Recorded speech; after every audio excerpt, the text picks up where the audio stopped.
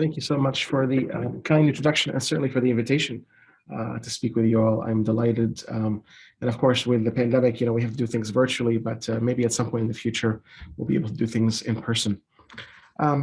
Today, what I thought I would do is the title is a little bit broad, but I thought I would focus a bit more on some of the work that we've done in certainly normal cognition, but then what happens in the brain as we all get older, and certainly the more dramatic version of that as some of us go down the path to Alzheimer's disease. And I'll try to kind of lead at the end also with a bit of a positive note, so it's not all sort of doom and gloom in terms of what's happening to all of our brains as we get older.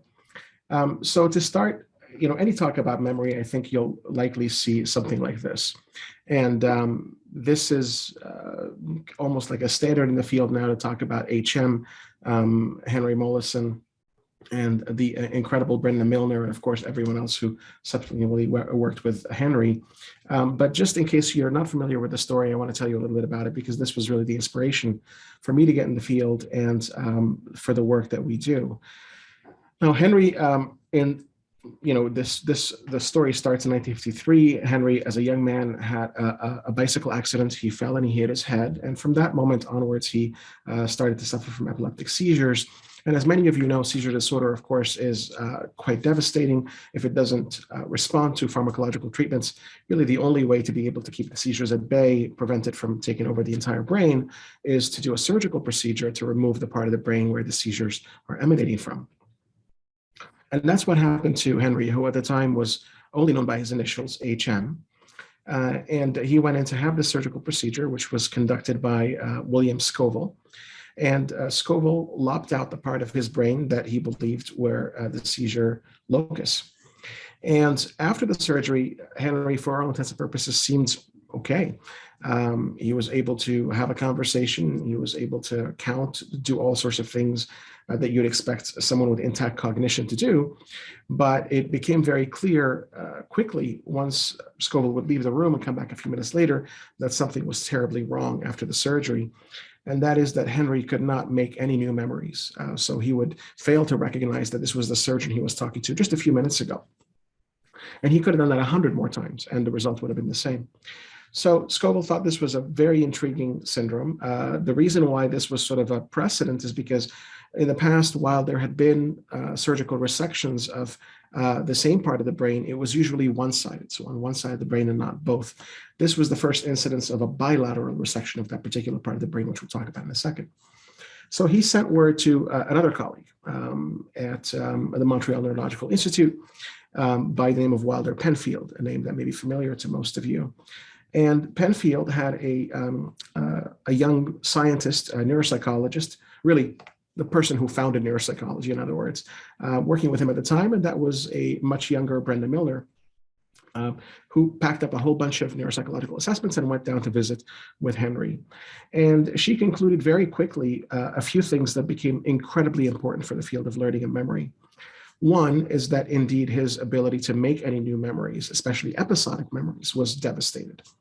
But his ability to remember the past was relatively intact. Now, he did have retrograde amnesia that was graded, temporally graded in time. So things that were closer in time to the surgery were lost and forgotten. But as you started to go backwards in time, more in his past, those memories were retained. But above all of that, it was almost more interesting to see what was intact. So his language was intact, his IQ was intact, his ability to do, complex math, all of those kinds of things that amount to other facets of cognition, that was all intact. He could even hold on to things for a very short period of time, say a phone number, hold on to it for a few seconds. He could do that just fine. She could also teach him new skills. So new motor skills, new tasks and things that he would get much better at, but he would have no idea how he got better at it because he would fail to recollect any of the episodes that led up to that moment.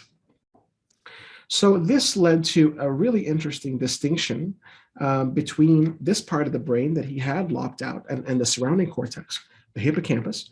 And it's pictured here. You can sort of, I'm not sure if you see my cursor. Do you see my cursor as I move it around? Is that visible?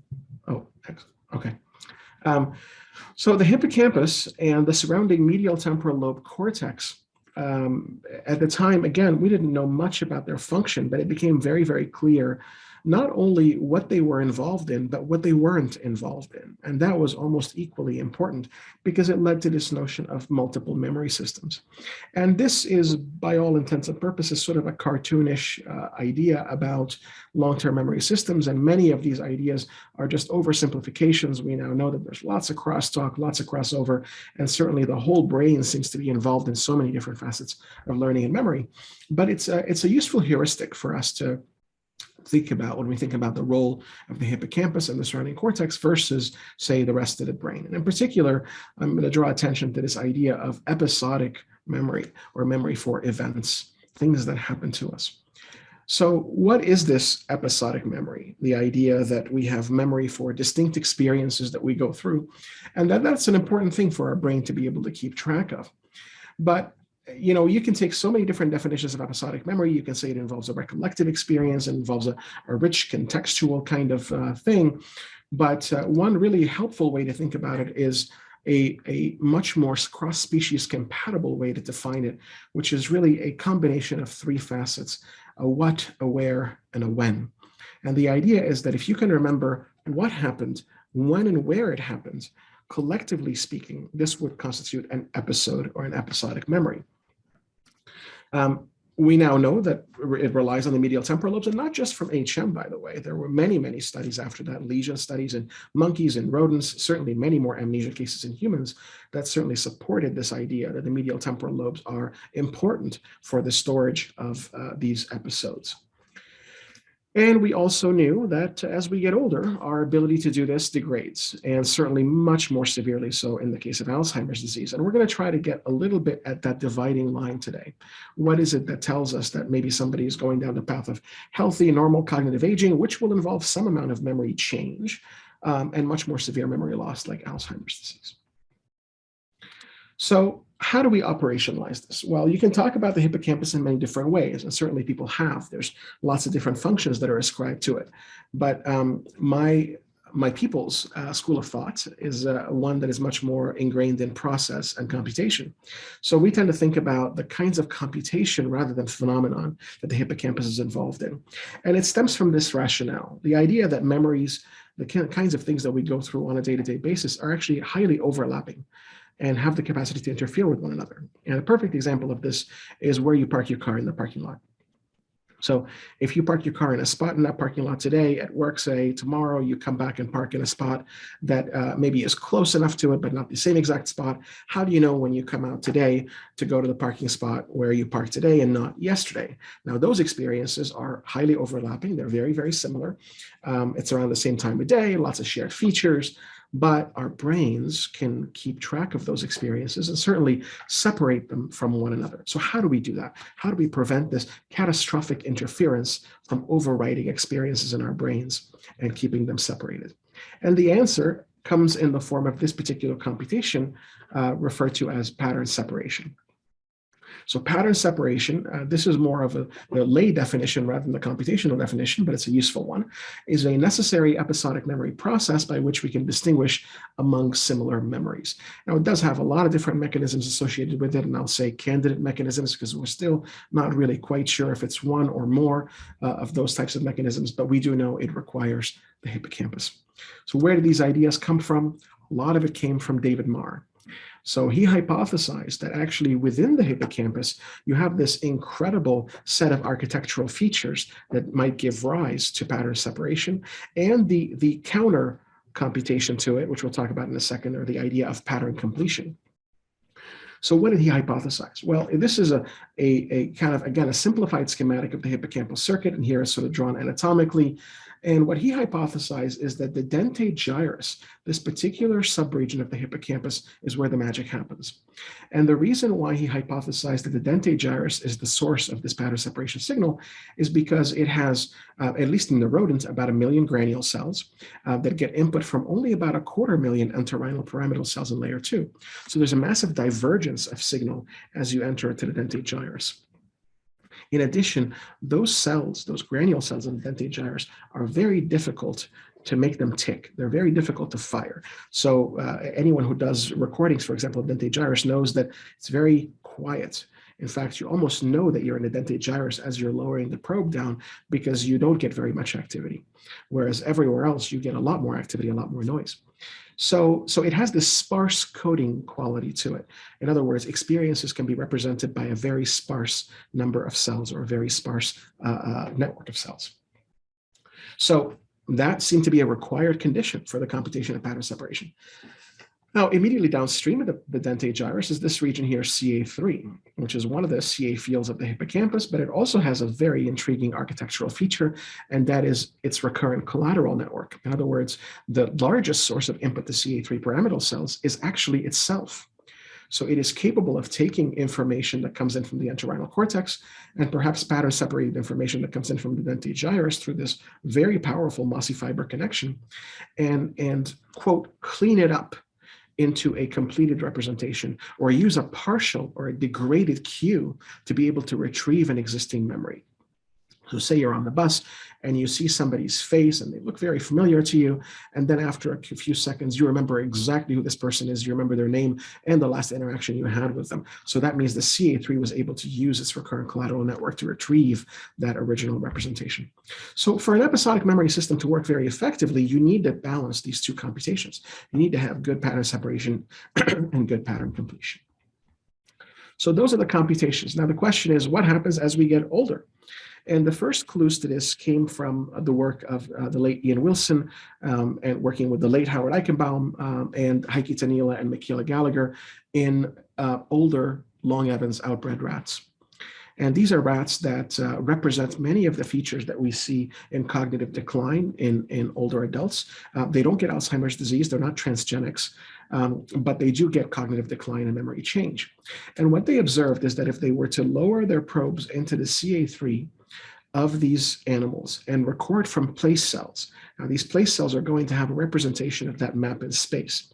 And you can see here that there are two different environments, the circular environment where the animal starts out, then the square environment, then they go back to the original circular environment. Now, these environments are very similar. They share some of the same features, the same cues on the periphery, but of course, one is circular, one is square. So they are different, but similar environments. And this CA3 place cell knows that. So it establishes a very different firing pattern, a very different representation for these two environments. In fact, it's quite quiet here for the circular environment, but once you go to the square environment, you see a lot of firing in this particular region, which would correspond to this particular region here in the square environment. Okay, that's great. That tells us that this place cell is doing what it's supposed to do. It understands that this is a different environment from the original one. But what happens if you record from a comparable place cell in the aged animal? Now you see a very different story. You see what amounts to essentially confusion. Now the animal has a very largely overlapping representation across these environments. And information content-wise, if you take a look at these two environments, it is much more difficult to extract the identity of the environment from this level of overlap in information versus here. So it tells us that these aged animals are having trouble with this computation and that their CA3 is unable to parse the differences between those two environments. Okay, that's great. That's rodents. Well, what about us? What about humans? And of course, we've known for a long time that aging in and of itself, even in the absence of Alzheimer's disease, is associated with memory change. So those are the kinds of things that you will hear being reported. You will hear that there are issues with episodic memory, source memory, recollection, contextual memory, very similar to source memory, spatial memory in particular, spatial navigation, even an increase in false memories. And by the way, what you saw on the last slide essentially amounted to a false memory because the animal was failing to recognize the differences across those environments. So it's an illusory recollection. But what we suggested is that this actually could all be driven by a singular impairment in this particular computation, this impairment in pattern separation, which leads down the road of much higher levels of pattern completion. Okay, so that's great, but that's really sort of circumstantial evidence, so we need to be able to do the experiment to test it, and this is what we designed now. Actually, this paper came out in 2010, but this work was really a few years prior to that. But what we were able to do is design a task that directly taxed this pattern separation computation. And many of you might know this task. It's been used quite extensively in the literature now to assess hippocampal integrity. The logic is very simple. You look at pictures of everyday items, and during study, you simply say, is it an indoor or an outdoor item? Does it really matter if it's indoor or outdoor? We just want you to orient to it. And then during test, you see some of the same exact items, like this 4-leaf clover here, some brand new items that you have not seen before, like the rubber ducky, and some items that are similar but not identical, like the picnic basket and the seahorse, which is a little play on hippocampus. So the idea now that if you look at items that are have been seen before or items that have not seen before, you should be fine at recognizing them, no matter how old you are. But these tricky items, what we call the lures, those picnic baskets, those seahorses, those are going to be the ones where you might find an age-related memory change. And that's exactly what we discovered. So if you look first at the novel items here, across young adults and older adults, there's not much of a difference. They're all very good at calling them new. If you look at the repetition targets, the ones that are exactly the same as before, you also see that there's not much of a difference between young and older adults. They're very good at calling them old. But if you look at the lures, you see a big difference. The young adults are much more inclined to call them similar. The older adults are much more inclined to call them old. So they are essentially failing this discrimination test and falsely recognizing these items as the same ones they saw before. So exactly what we hypothesized will be happening, a failure to pattern separate, and the result of that is an overemphasized pattern completion. So that behaviorally is what happens, and this has been now reproduced across, gosh, probably over 30 labs now around the world, so it's a very reliable finding. But we've done all the controls to make sure that it's not working memory, it's not attention, it's not vision, it's not perception, it's not any of the other things that you might imagine also change with aging. Those were incredibly important controls to do. And that's all been done, and it's in the papers if you want to go back and look at it. It's not that those things don't change with age, but even after you control for all of those things, there's still a pretty dramatic effect on memory. So now the question is, what happens in the brain that might give rise to this? And again, we were clued in by the work in the rodent literature. So the work from Gallagher and colleagues suggested that the CA3's firing rates was much, much higher in those impaired older animals. And that is likely driven by overexcitation in this recurrent collateral network. And using high-resolution functional MRI, which is capable of pulling apart hippocampal subfields, we observed the same exact thing in humans. So now we're looking again at older adults versus young adults, and we're seeing that there's hyperexcitability or hyperactivation in this subregion of the hippocampus.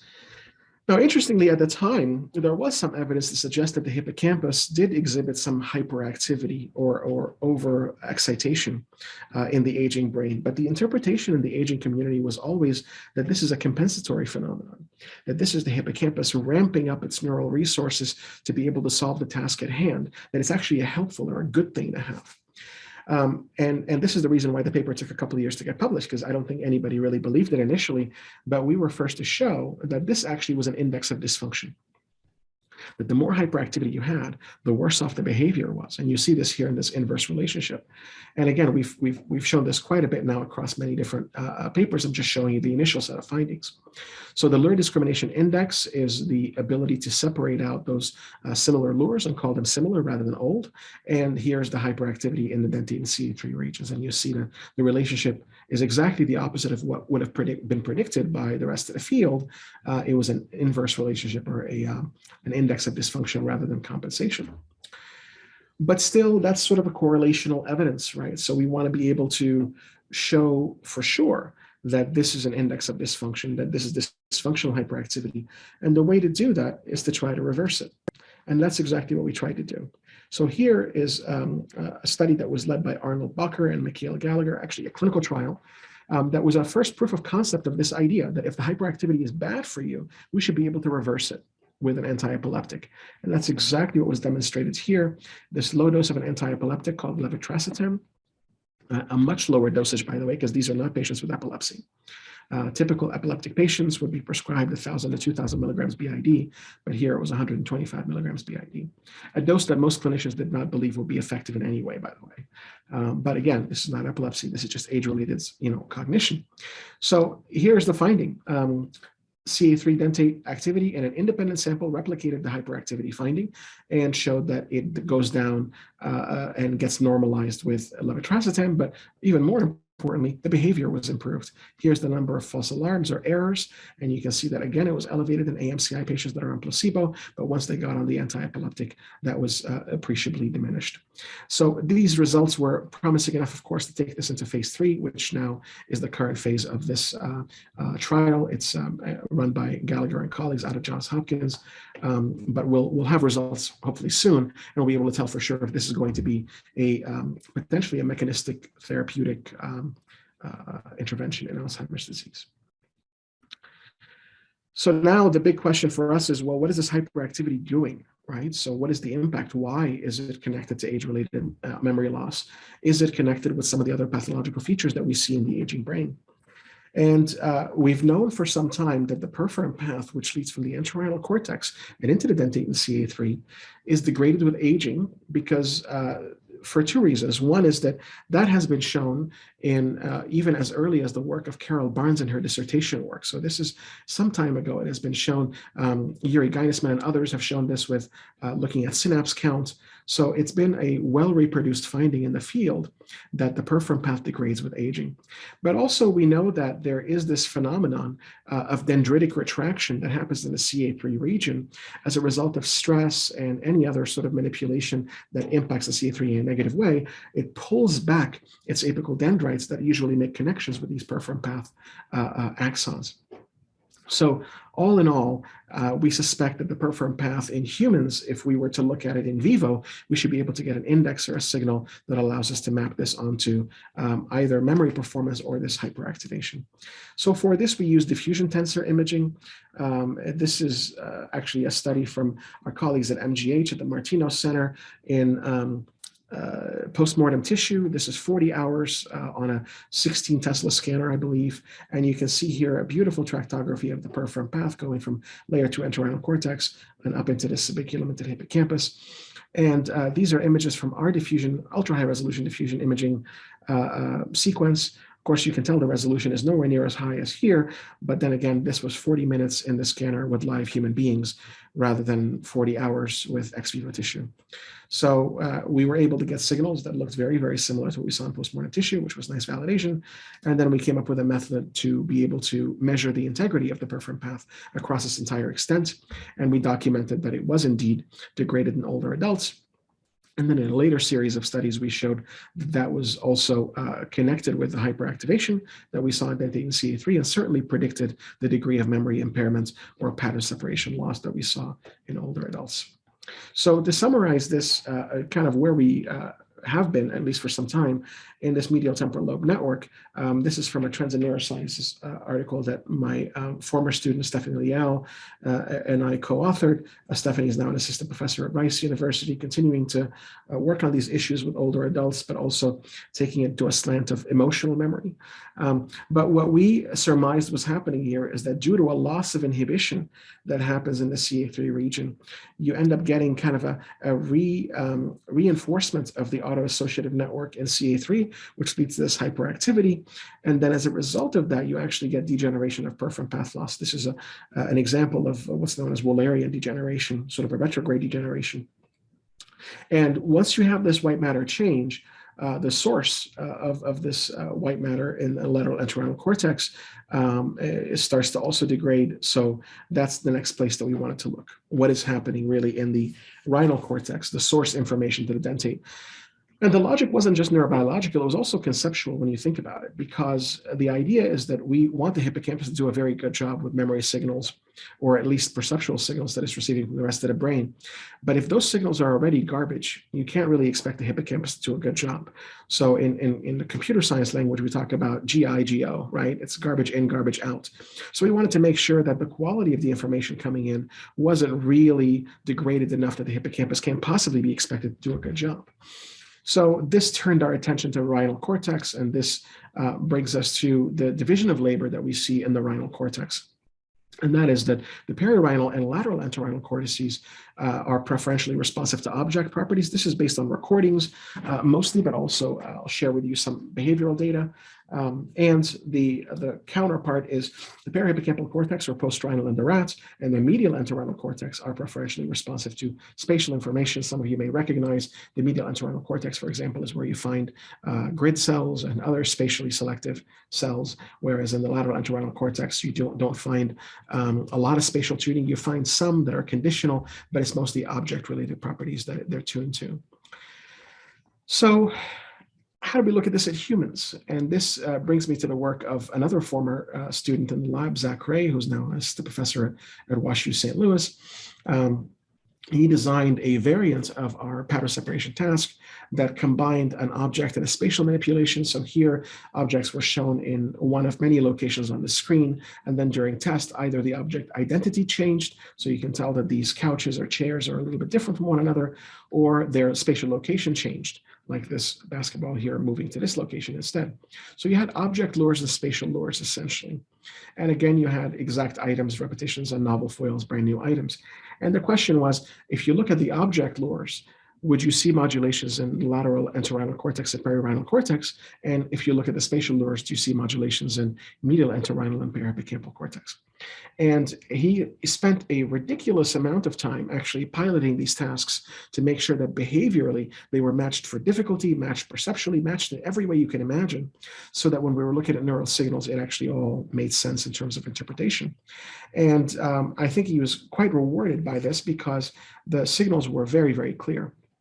So if you look at the correct rejections of the objects, you can see that there were positive modulation in the lateral entorhinal cortex and the perihrinal cortex, and of course, in indentated CA3 in the hippocampus. And now if you watch closely for this little change detection experiment, you'll see that if he looks at the spatial lures, you now see exactly the opposite. Now it's the medial entorhinal cortex and the perihippocampal cortex. And again, the hippocampus doesn't really care if it's objects or space. Indentated CA3 lights up whenever it sees an opportunity to be able to discriminate similar items.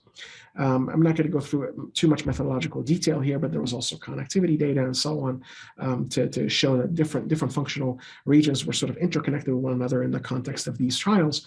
But it was a beautiful double dissociation to show that lateral entorhinal cortex was involved in object pattern separation, whereas medial entorhinal cortex was involved in spatial pattern separation. So why do we do this? Well, the suspicion is that the lateral entorhinal cortex, or what we now know to call anterolateral in humans, because that's really the nature of the anatomy in the human brain, we've known for a while that it's vulnerable to aging and Alzheimer's disease. So Sarah Burke and Carol Barnes, for example, showed that this particular region, along with the perihrinal cortex, are sensitive to object recognition deficits. We've also known from work by Gallagher and colleagues that layer 2 of the entorhinal cortex, even in just older rats, so not Alzheimer's disease, show a loss of reelin protein, which is really important for the synapse, and also phosphotau buildup, which is a precursor for tau tangle pathology that we see in Alzheimer's disease.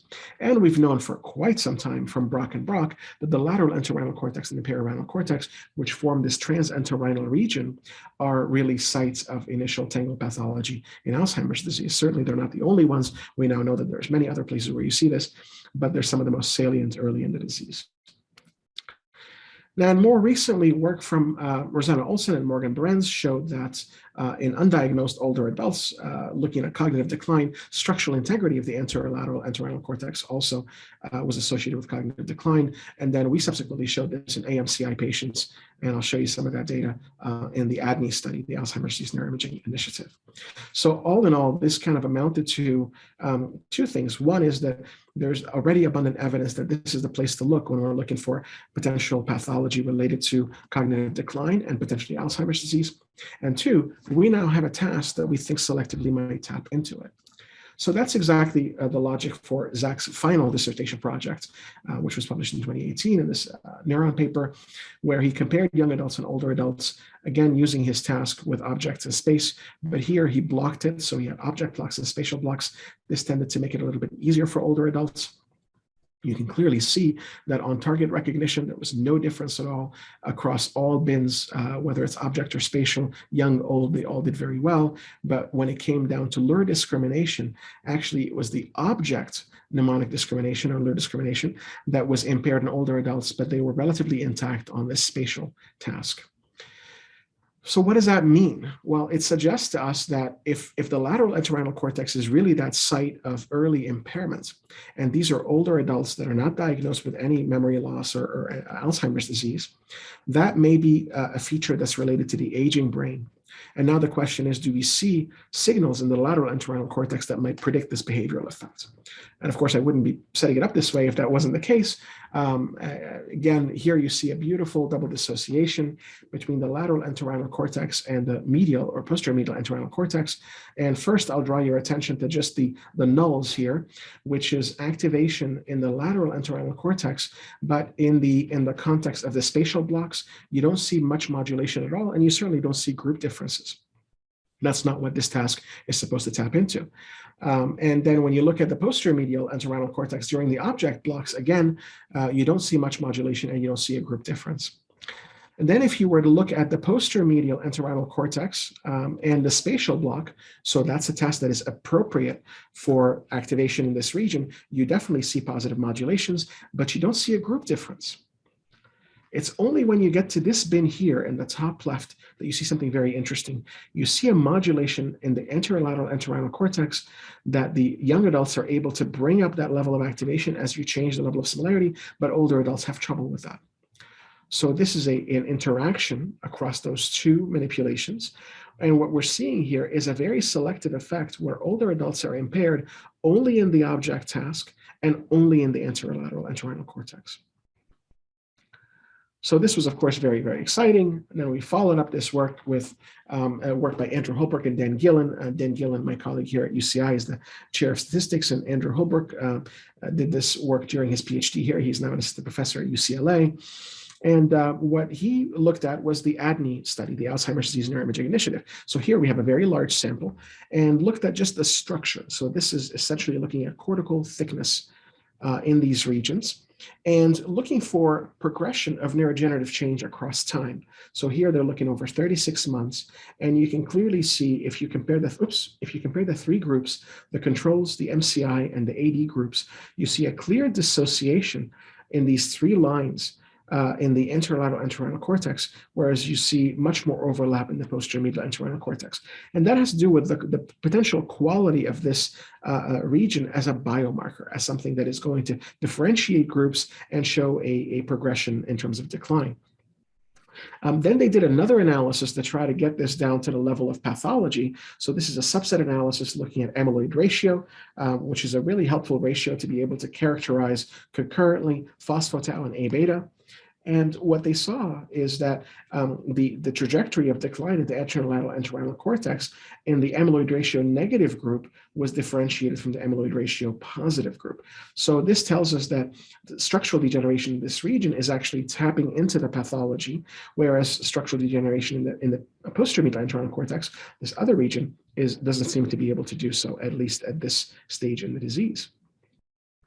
Moreover, what they tried to also look at was cognitive decline directly. So now the question is, how much does structural degeneration in these regions predict decline, say, on the mini-mental state exam or on memory testing? And here you can see two different measures. One is the CDR, the Clinical Dementia Rating Memory Box score, and the other one is the mini-mental state exam, which I assume is familiar to most everyone. And again, what you're seeing here in the differences in the linear regressions in these scaled coefficients is essentially the ability of anterolateral entorhinal cortex to be linked much more to change, both at baseline and percent change over time in both of these measures, whereas the posterior medial entorhinal cortex does not seem to be able to do so. And this is the case across both MCI cohort and the Alzheimer's disease cohort. Then the final analysis was an ROC analysis. So this is receiver operating characteristic, which really combines specificity and sensitivity and tries to give you an idea of how good a test this really is. And of course, this is just the raw ROC, so without combining any of the other demographic information, including age, gender, ApoE4 status, and all that. Of course, you add those things, everything jumps up very high. We wanted to just look at sort of the raw ROC, and you can see in both cases, either predicting MCI or predicting AD superiority for the anterolateral entorhinal cortex. So all in all, this suggested that this is a region where we should really focus a lot of our attention. Okay, so now more to sort of more recent work. This is work from Jenna Adams, a postdoc in the lab, who has been able to kind of continue to probe this issue of changes between object and spatial tasks. But in this case, she also had access in the lab to tau imaging. So this is tau PET using a second generation tracer called MK6240. It's a great tracer, really well behaved, doesn't have a lot of the issues with off-target binding that we see with the older generation of tracers. And what you see here is a few really interesting relationships in the hippocampus and the entorhinal cortex. You see a relationship between SUVR, or specific uptake values, in the hippocampus and entorhinal cortex with the object pattern separation score, and it's an inverse relationship here, as one might expect. You don't see this if you just look at a standard neuropsychological assessment like the Ray auditory verbal learning test, and you don't see it when you look at the spatial task. Again, suggesting that there's some specificity to the anterolateral entorhinal cortex and the function that it seems to support.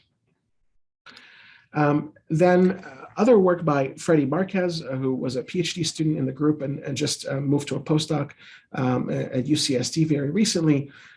This was, again, the final study of his dissertation, showing beautifully that actually the spatial task can be quite sensitive, but you have to start looking at beyond the non-demented older adults. You have to also start looking at mixed samples that also have facets of MCI and Alzheimer's disease. So here, the sample of 38, about 10 of them had questionable cognitive impairment or mild cognitive impairment. And here you start to see a relationship between total tau and CSF and performance on this task. He went a little further also to look at functional connectivity in this spatial task, looking at the posterior medial network, and was able to discover that it was linked much more to functional connectivity of the posterior medial network and not so much the anterior network. And you can see that here in the connectivity matrix. This will be the posterior medial. Actually, no, this is the posterior medial and this is the anterior network. And you can see that most of the relationships really are driven by this pattern of connectivity rather than this anterior connectivity. Then he also showed really just a remarkable phenomenon, which is the spatial pattern separation score was able to predict longitudinal decline over time in the mini-mental. So here on the y-axis, you're looking at the annual percent change in the mini-mental state exam over a couple of years. And he shows that performance on this spatial pattern separation task at baseline was able to predict the degree to which they declined on the mini-mental state exam.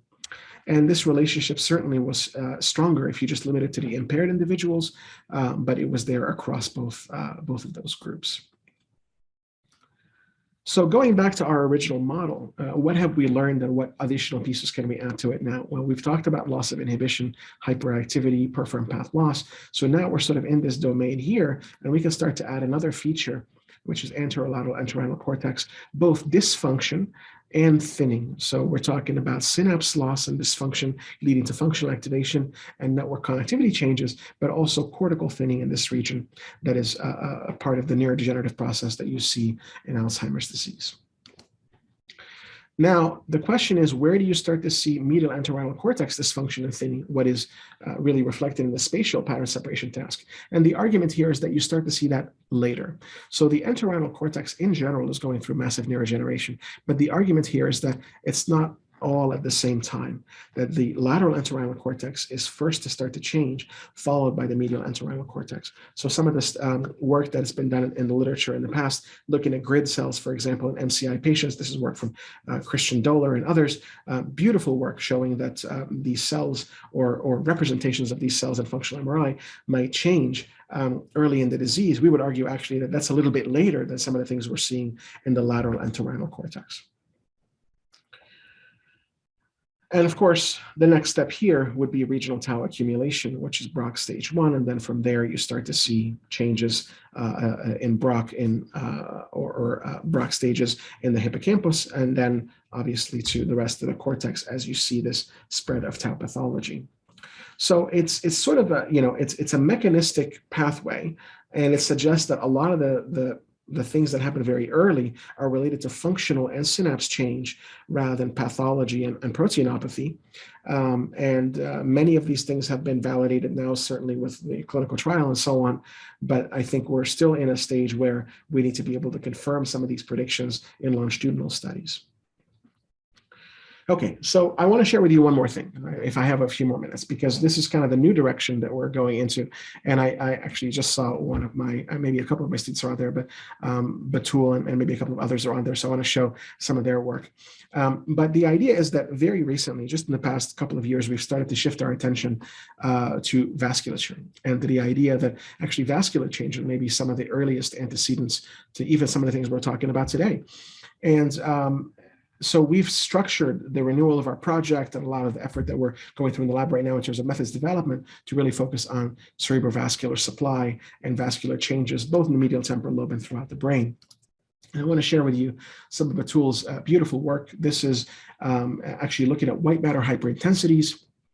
And she's using really a beautiful method, segmenting these using templates, and then a lot of sort of manual cleanup to make sure that it's a sophisticated approach. White matter hyperintensities have always been linked to small vessel disease and cerebrovascular change, but rarely have been linked to memory performance or to structural degeneration, in particular in the medial temporal cortex.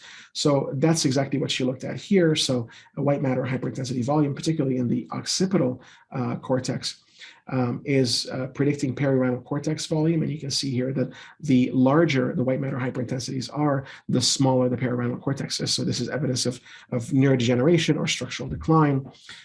You can see this also in the dentate gyrus, not just perirhinal cortex. And then you see relationships between perirhinal cortical volume and dentate volume with the Ray auditory verbal learning test delayed recall component, which is a classic test of hippocampal memory. And this is in a substantial sample, 123 older adults, and adjusted for age, sex, and education. And the one thing that was really, really important here is to try to determine kind of the order of events here, or how these correlations are interlinked together in a mechanistic model. So again, it's a simplification, but here's her mediation model. And you can see that occipital white matter hyperintensities are predicting the Ray auditory verbal learning test delayed recall, but through this mediation with the perirhinal cortex's volume. So in other words, it's impacting structural neurodegeneration, which in turn is impacting memory performance. And this was again tested against competing models and so on, and it wins out.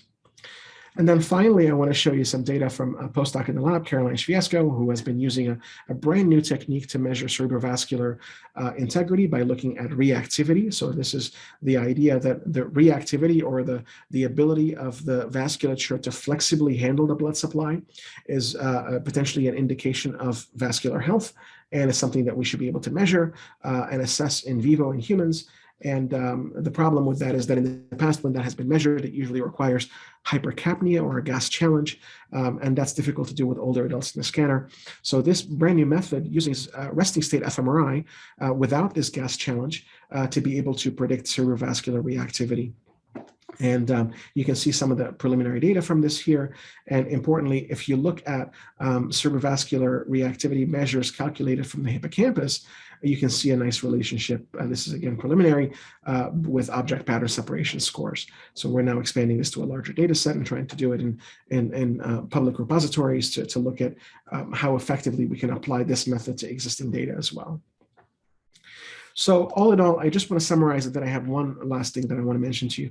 So I hope I've convinced you that pattern separation is a really important computation, really important memory process, and that it requires hippocampus's dentate and CA3 regions, that object and spatial pattern separation engage these parallel pathways in the medial temporal lobes, but it's really the object discrimination deficits that may be key at the earliest stages of the disease, and that may be tied to structural and functional changes early in the anterolateral entorhinal cortex. And that also is linked to early deposition of tau. And that the posterior medial network, which is involved in spatial discrimination, is associated also with Alzheimer's pathology, and but a little bit later in the illness. And it seems to predict longitudinal cognitive decline, and much more strongly in the impaired group.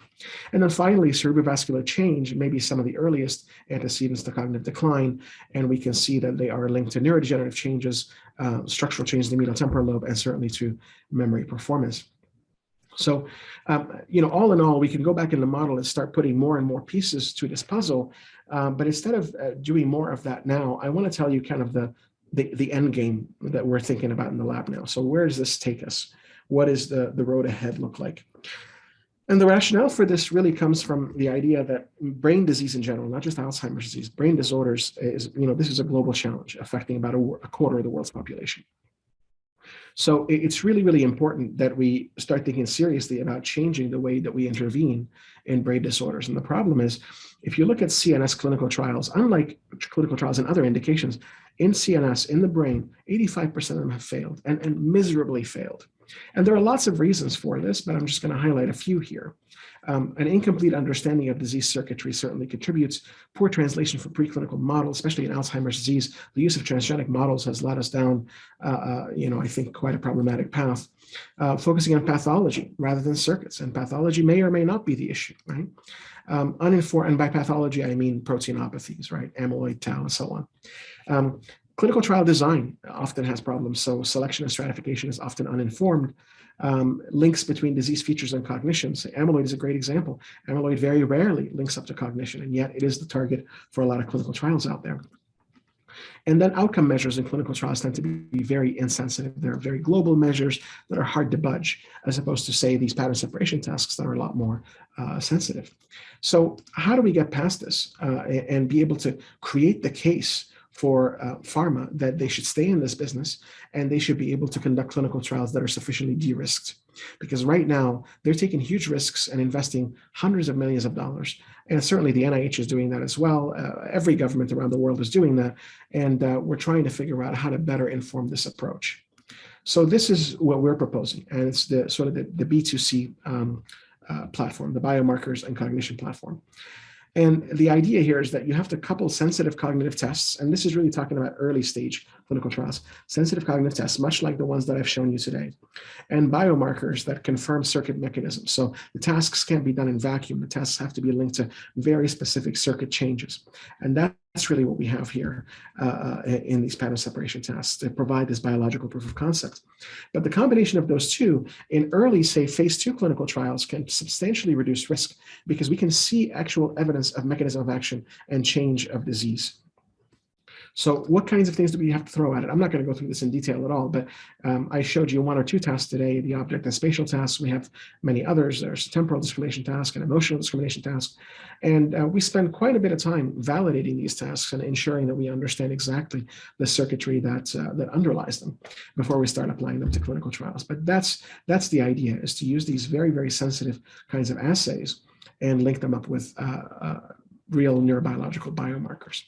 So we want to do this to be able to improve diagnostic accuracy. As you all know, molecular diagnostics, things like PET scans, for example, are highly nonspecific, can be quite invasive and not always linked to cognition. Clinical diagnosis, which is really the gold standard, can be too crude, can be certainly too late because you have to have overt symptoms, and quite error prone because it relies a lot on humans, and it can be very expensive. But cognitive assessments can be sensitive, depending on what you use, can be specific, can be reliable, and can also be very cheap. You can do this at home on any mobile device. It does not have to be very expensive. And then circuit tests can also be sensitive, can be specific, are non-invasive, especially with functional MRI, for example, and can be linked to cognition. And the argument is that really it's the combination of these two types of diagnoses that we really want to be able to use for these clinical trials. And in some ways, maybe not even complementing, but in the long run, replacing some of these other diagnostic approaches. So our approach right now is really targeting the idea of precision diagnosis. And we're taking all of the performance measures. We have a lot of different ways to extract features from that, not just with raw data, but looking at running it through a diffusion model and extracting parameters that way, through signal detection, certainly looking at reaction time distributions. And then all of these features, along with the biomarkers, are passed into AI machine learning approaches. Convolutional neural nets is a great example of this because it can handle highly correlated structures and then be able to output a precision diagnosis. So that's the hope. That's kind of the end game that we see for our work. So just to summarize, we've spent a lot of our time on validation. We're now in this second phase where we're acquiring massive data sets on digital platforms, and our next phase will be model training to be able to improve the diagnosis of these subtle impairments. And really broadly construed, I showed you the Alzheimer's story today. I could have just as easily shown you a depression story, a schizophrenia story, and so on. All of those are continuing to be works in progress, but this was the one that really is the most mature and has the most activity at this point. So with that, I want to thank my lab, the folks that do all this wonderful work and allow me to come and present it to you all. In particular, I highlighted a lot of contributions by Zach Ray, by Stephanie Liao, by Batul Rizvi, by Caroline Viesco, and by Jenna Adams. And Freddie Marquez, so all-star cast in the lab, and certainly alumni who have gone on to bigger and better things. And with that, I want to stop here and thank you all for your attention, and I'm happy to take questions. Maybe I'll go back to the summary slide while questions are coming up. Thanks, Michael. We already have our first question, but nonetheless, I encourage everyone to type in the next question so that we can have you and get a bit more input. So we have a question from Francis Skinner. Can you speak to any connectivity differences from the lateral entorhinal cortex, medial entorhinal cortex to CA3 and CA1, etc., in these studies that can be helpful for CA1 cellular microcircuit specifics? Yeah, that's a fantastic question, Francis. Thank you for that. So both the lateral entorhinal cortex and the medial entorhinal cortex are connected to the CA3 and the dentate through the perforant path, and then those are the superficial layers, and then the deep layers are connected to CA1 through the more traditional sort of temporoharmonic pathway. So we have this traditional monosynaptic route, then the trisynaptic route. That's the canonical sort of connectivity. But it turns out that it's actually much more complex than that, and there are gradients of connectivity that we're just now starting to learn about. In fact, I just got back from Norway a few days ago. I was visiting the Kavli Institute there with Menno Witter and the Mosers. And Menno Witter and his lab have spent a lot of time thinking about this and documenting these beautiful sort of cascading dimensionality to connectivity between LEC, MEC, and the CA3 region, especially when you're looking across the proximal distal axis of CA1, for example, and certainly in CA3. So there's a lot of nuance to it. We have yet to be able to ascribe those patterns of connectivity to particular facets of function. So that's all work in progress, trying to kind of shut off one aspect of the connection and see what happens functionally speaking. Those are all things that still need to be done. But I'm going to relegate that to the expert on this, even though he is just about retiring now. But Menno Witter would have been the ultimate authority on this.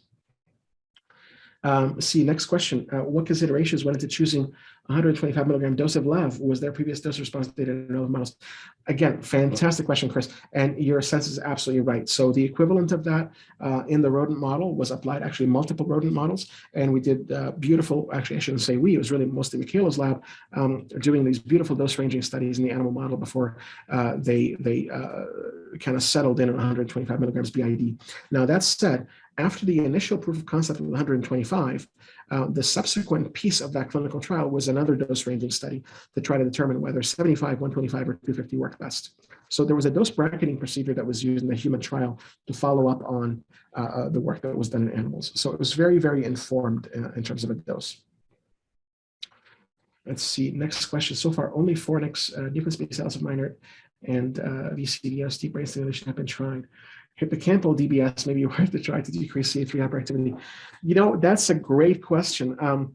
Here's the problem. So I've asked this question of both types of colleagues, the neurosurgeons and also colleagues who understand this network very, very well because they're doing electrophysiological recordings there. The problem with this region is that it's also an epilepsy hub. So while doing, the kinds of stimulation to reduce hyperactivity, you can imagine that you want to go in and selectively stimulate, for example, the inhibition or do a disruptive stimulation. It's very, very risky given how much epilepsy usually starts in that region. So I think there's a little bit of fear that that approach might have a lot of risks attached to it in humans. But I can tell you that if there is an approach to be able to say now that things are getting better and better with DREADs, use a DREAD-based kind of approach in humans, so chemogenetic approach in humans to selectively target the inhibition and try to raise the inhibition, that might work a little bit better.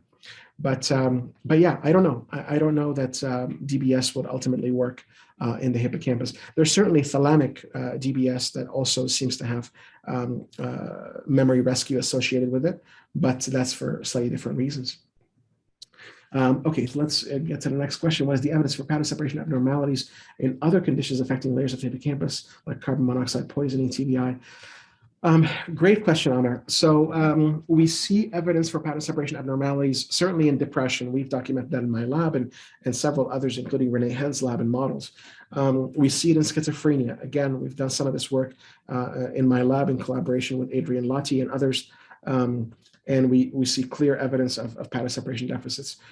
We also see it certainly in TBI. We see it in a variety of different conditions. In fact, almost everything that affects the hippocampus will have kind of a functional signature on this task. It's interesting to try to kind of figure out, because we talked about specific and sensitive tests, and I'm surprised the question hasn't come up. Well, this seems to be really highly sensitive, right? Anytime you damage the hippocampus or tickle it the wrong way, you get impact on this task. But now that given all these other conditions, it can't possibly be specific.